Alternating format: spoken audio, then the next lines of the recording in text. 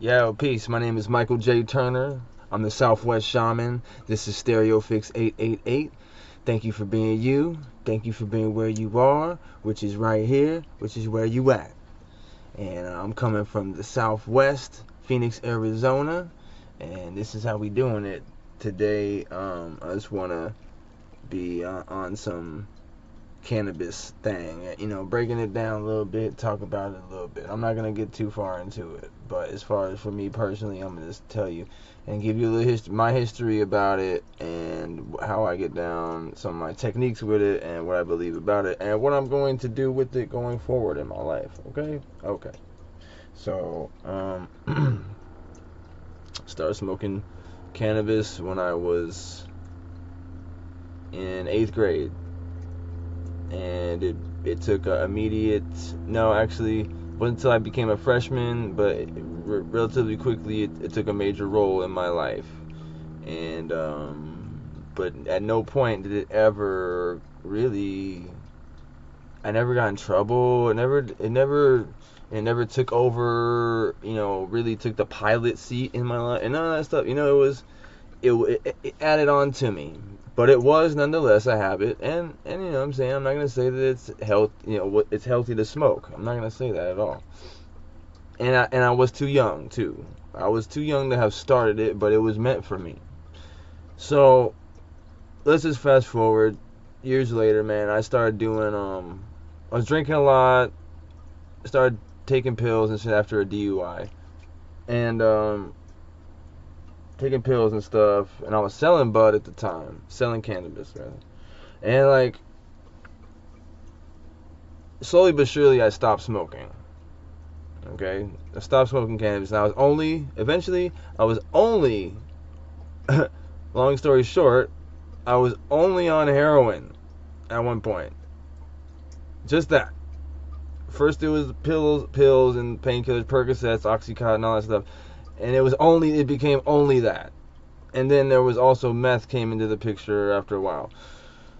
So lots of stuff's happened in my life, whatever. Here I am, been to prison, been shot, all these things. Gloss over it real easy, huh? Here I am. I could say I have PTSD. I mean, I don't have a diagnosis for it, but I could definitely say that. There's a number of things that could, clearly say that yes, and my behavior and all those things. So,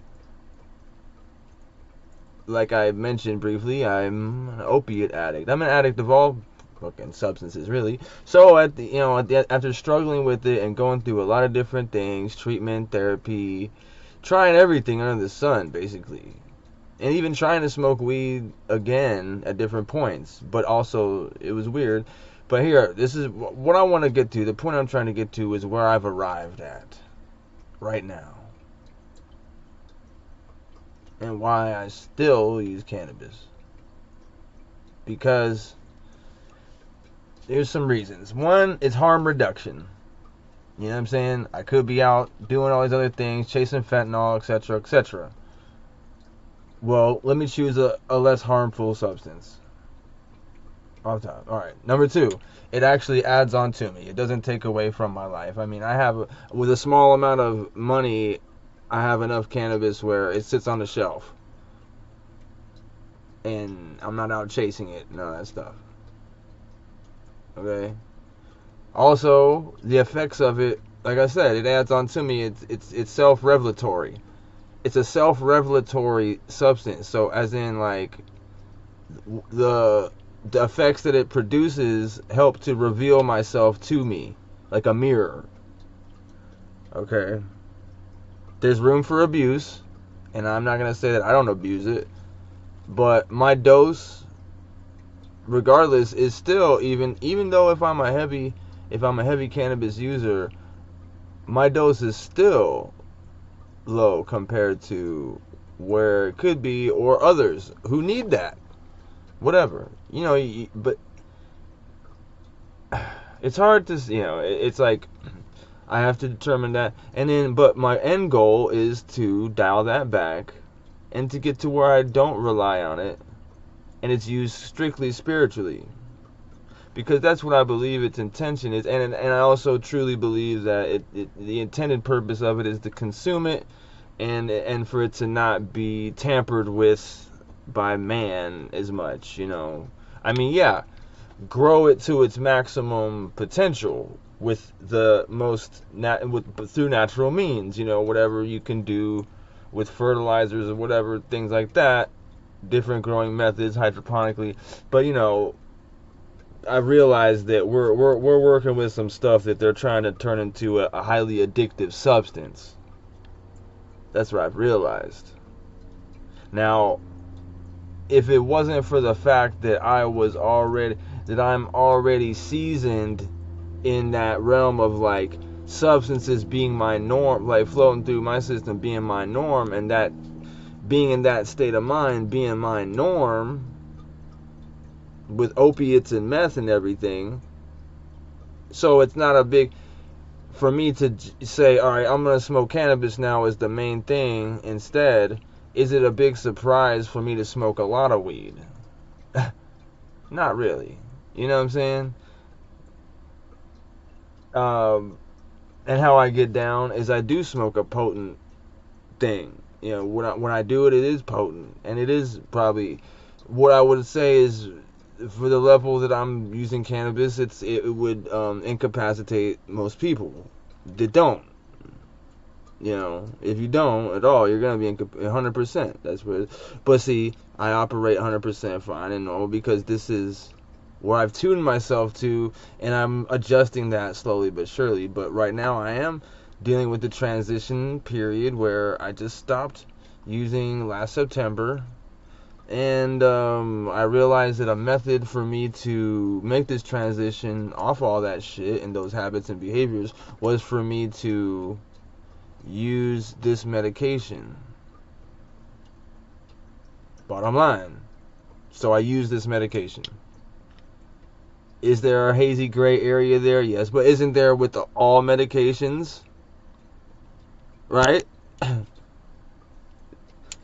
Yo, it's always gonna be less is more. You know, I get the most out of it when I try to, or when I not try, when I, you know, regimen myself and decide specifically when and where to do it and how much.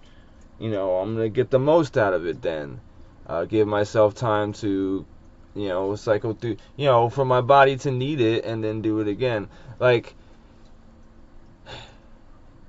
it doesn't get in the way. Like, I don't take it with me. I don't, when I leave the house, I mean, there's a lot of things. I have to have boundaries in place, though, with this for myself, because I know myself. And that's the big thing. Know thyself. That's an ancient, powerful thing right there. Okay, so I couldn't use this, you know, like how I'm talking about now until I knew myself a little bit, right? But it was like I said, like I gave you a little prehistory because it was always something that helped me balance myself out. There's a reason why I flocked to it. But then I tried to use other substances too, and it was they changed my ego and things like that, and you know, all these things happen. Alcohol, all these things happen, you know, like, and I'm not saying it's like that for everybody. This is my tale, you know, it's how my experience. So it was a safe bet for me to start smoking cannabis again a lot, and I used to smoke cannabis at this level back in the day. And I'm not saying it's good to repeat old stuff. Really, it should be on to the new. But for me, the big changes are happening, you know, and cannabis has been a vehicle for that partially, you know. And that's just one thing I'm gonna talk about, aspect of my personal development, my abstract personal development. And this is why it's abstract, because it's not conventional and it's different. It's specific for me, you know. Now let me reiterate that I'm understanding that this has been engineered now to be an addictive substance, more so than it was previously, and I'm probably going to try to shift to getting it through a more organic source, and etc., etc. But like, I also understand that I'm replacing my habit, what the substances I was using, but I'm replacing it with the less harmful. That's why it's called harm reduction. See, I used to try to stay home and work on the internet, so I wasn't out trying to hustle and do dumb, illegal things in the street. Try to keep me home. Just stay at home, and you gonna get high, but stay home. Like that way, you know what I'm saying? I started to do things like that, and unfortunately, I still ended up doing some dumb stuff. But that got me to really put a halt on things. But that's another story for another day. Talking about cannabis right now. Like I said, so here I am. It took me a long time to get here. This isn't gonna be the same for everybody, and I'm sorry. I'm sorry. Because for me it works great, and and I fall in love with it more every day almost. But like, I know that less is more, and it needs to be used in a spiritual aspect. In the long run, that's what I'm trying to get to. Right now I'm dealing with myself still, so but it reveals myself to me, and it is like putting on a different head. It's like they call it a pot head, but it's like different head. And then head change, when I need a head change. Coffee can give me a head change, working out can give me a head change, drinking water, all these different things. But it's like, what makes me reflect on myself and realize what an ass I was 30 minutes ago? Cannabis does. I mean, it's crazy, but that's how, like, because I could have been walking. That was always what I felt. That's why I fell in love with it off the top, even from the early stages, was that it allowed me to go from, damn, I was angry and acting out of character, acting a fool, and then being able to, damn, look at myself, just a little bit later and say, damn, what the hell, and come back around with that self-reflection and self-analyzation through smoking cannabis. And it made me put on a different head, basically. And like, what I think the one of the points of the whole, even any drug or experience that you get with that, using substances, I feel like one of the purposes of them is to reveal myself to me, and then for me to take the pieces of which are are positive, or that I wish to add on to me, and keep those and move forward after I'm done being high without the substance. That's kind of what I think it is, because even with opiates, it's like it shows such a fucking monstrative side of a person, and it pits me against myself when I do that, and it's all fucked up. Excuse my language, but even in there, it's like self-revelatory of what I don't want, of the side of the polarity of myself I don't want to achieve, the polarity of myself I don't want to dwell in. I want to dwell in the other side of the pole, or the other end of my own polarity. But I'm somewhere in between right now. But I'm shifting away. I shifted way away from that. That's for sure. And but like any experience that someone gets, like, say, like, okay, I get drunk and I love the person I am when I'm drunk, but only for like the first couple hours, and then after that I'm an asshole, because I get angry easy, or I'm real edgy because I'm drunk. Well, let me just take the pieces. I like how I was able to be open and, like, social and stuff like that. Well, that just shows that I can do that. The alcohol gave me a little bit of reduced my inhibition, so I could do that. But I still did that. Therefore, that means I can do that again without it. But it revealed it to me. So that's what I feel. That's why I feel like, you know, when someone's trying to get to know themselves or doesn't know themselves, and then they find, like for me, for instance, once I found what alcohol could push me to do, like confidence wise, or like acting out, or like this, my projecting my character wise, like, oh, here I am, and more loud and like in your face and all that stuff, like, and funny or whatever. I liked that. I found it like, oh, okay, I can take this thing. It's like a little power is what it is. Like, boom, take this, transform. Well, see, these days I don't need that anymore because I'm comfortable in my own skin now. You feel me? I'm comfortable in my own skin, so I don't need that. But I still use I use these medications now for the purpose of that. But like before, that's what had attracted me to that, to alcohol. And I feel as though it's the same for any of the drugs that people take. It reveals a side of themselves that they like, and they want to keep replicating that over and over and over again. But it doesn't work that way, because even that in itself begins to evolve and transform into something that no one expects it to be.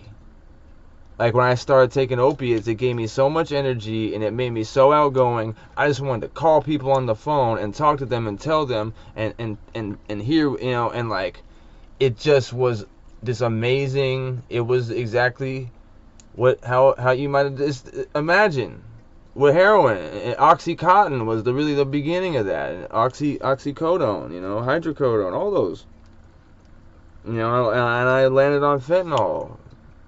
And man, I did fentanyl back in like 2009, you guys, so in case you didn't know, it ain't new. And it's obviously now, it's like terror. It's rolling through shit still. It ain't, and it's gonna be a while before that disappears. And it's not a thing. And even when it does, it'll have shifted to something else. So I said to myself, am I gonna keep trying to roll with this? Because I started with taking 5 milligram Vicodin from the dentist, and get moved up the ladder to where I was not only comfortable smoking fentanyl from the street, but also I had embraced all these other substances in my repertoire, like meth, cocaine, crack, whatever, you name it pretty much. I was like, at this point, what am I afraid of with any of these? Turns out Sherm, I mean, whatever. So it's like now, and that was all from that thinking right there, and it consumed me. 100% consumed me. And it revealed all these parts about myself that I didn't like, but I wasn't in control anymore. And all these other, it was all out. All this nastiness was out on display for everybody. But I was still in there, yo. I was still in there. No matter what, I was still in there, and my heart was still, because my heart is like, it was still pure throughout that. It just was being attacked, like, constantly. These things I created on the mental plane. So anyway, the cannabis, here it is, real quick. I'm going to give you all the rundown of how I get down. This is one way I get down. Get the paper. As you can see, it's got some stuff on there. This is extract. It's concentrate. It's not only this, which is solvent, in the, it's what's in the vape pens, basically. That, and also I got some, and I don't do it like this every time, don't get me wrong. And I got this was butter or batter. Now I'm gonna go ahead and hit you with what I do here. Alright, I'm gonna grind my flour down. Got some flour. This is like some 29% stuff, and I'm trying to not put as much emphasis on that going forward, because I'm thinking that's the stuff that they've definitely manipulated, and it's like I don't really know if I am okay with that as much and going forward, you know. Even though I require a potent medicine, it's just something for me to think about, you know, something for me to think about. So that's all. Grind it down. I'm gonna throw that in there. Let me get you over here.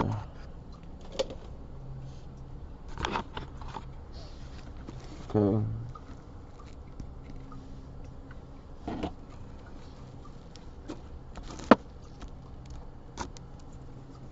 Okay. Now, here's the next step. This is like almost like a hell yeah, we rocking with just feeling it today, doing that.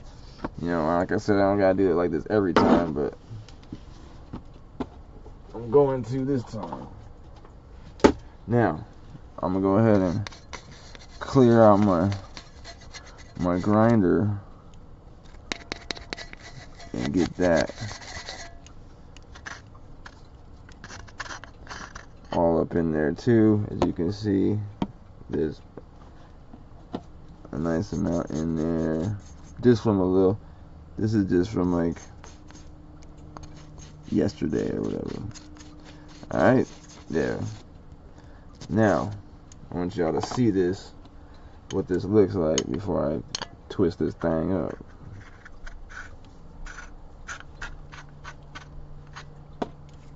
Okay. See that? Can you feel me? Can you smell me? Can you smell me?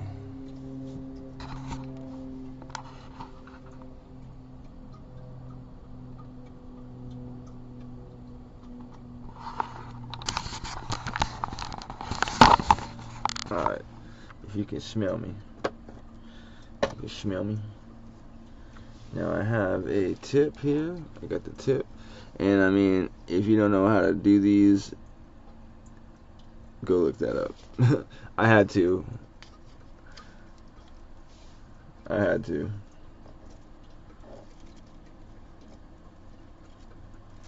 Get this thing up here in the air, make sure you don't spill it all. And that's the heartbreaking thing when that happens.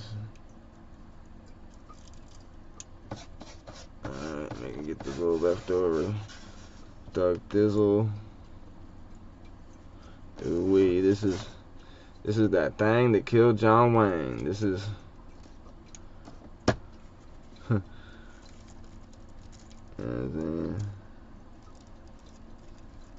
this is that thing that killed John Wayne. This is that Flavor Flav right here. Flavor Flav.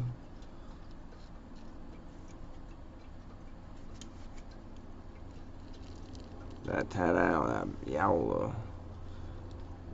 This thing about to cure any type of I don't see. You know what, I used to have there was a relationship I was in, right, and homegirl she was in a bad way. I mean, there's no other way for me to put it. And he was on the street. She was homeless, right? And I was with this girl. That's a story for another day.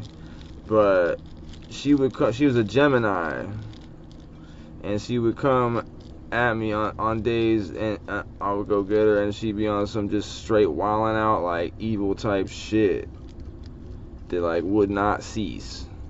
So in those moments, I would just pull out a joint about the size of this, I'm not talking no slouch shit, and start smoking that, and she would be talking, going in, all angry and wilding out, and no matter what, there's no way she could make it through that shit without calming down and being happy within whatever amount of time, you know, like, for us to get halfway through, even, like, you just can't, like, you can't stay angry, or even, basically, the way it works for me is, it's like I can't stay with the same bullshit perspective I had a little bit ago.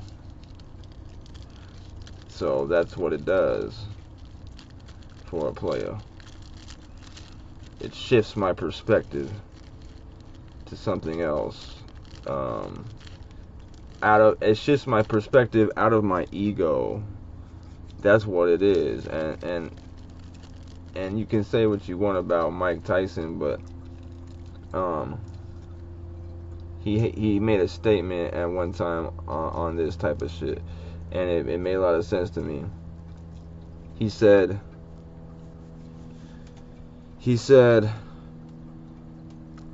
you can do drugs that reduce your ego, that kill the ego, like cannabis, psilocybin, you know, like the hallucinogens and stuff. You know, those drugs don't become habits, and they, you know, you do them periodically. It's not something that it's kind of doesn't really work that way with the. It's the other things that boost your ego, the opiates, the alcohol, the cocaine, the meth. Those ones that boost your ego and put your ego in charge. Those are the ones that are like damaging, you know. Like I said, all of them are self-revelatory. Whether it's gonna reveal the God in you or the devil in you. That's what it is.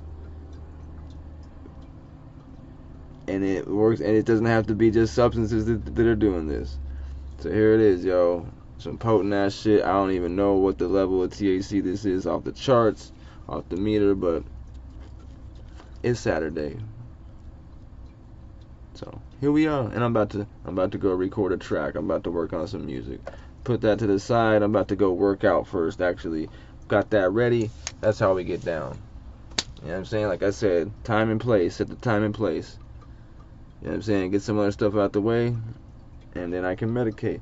And now it's like, and I look at it, and I'm grateful for it, and I'm just grateful and enthusiastic about it. That's why I'm making this video. I'm grateful for this, man. I'm grateful this is here in my life. You know? And but you know what? It's like I gotta balance myself. So let me go and work out. Let me go make some breakfast or whatever. Commune with my family, check in with my family, and then get down with this music thing and get creative, y'all. So hey, if you're out there, find you. This is my way. It don't gotta be your way. Just find a way and find your way, and be you and love you and know thyself. Michael J. Turner, the Southwest Shaman, Stereo Fix 888. Peace, yo. Like and subscribe. You know the drill, yo. Hey, you know the deal. You know the vibes. Hold on, man. I'm sorry. It's a weird ending right now because my computer is tripping. Alright now. Peace.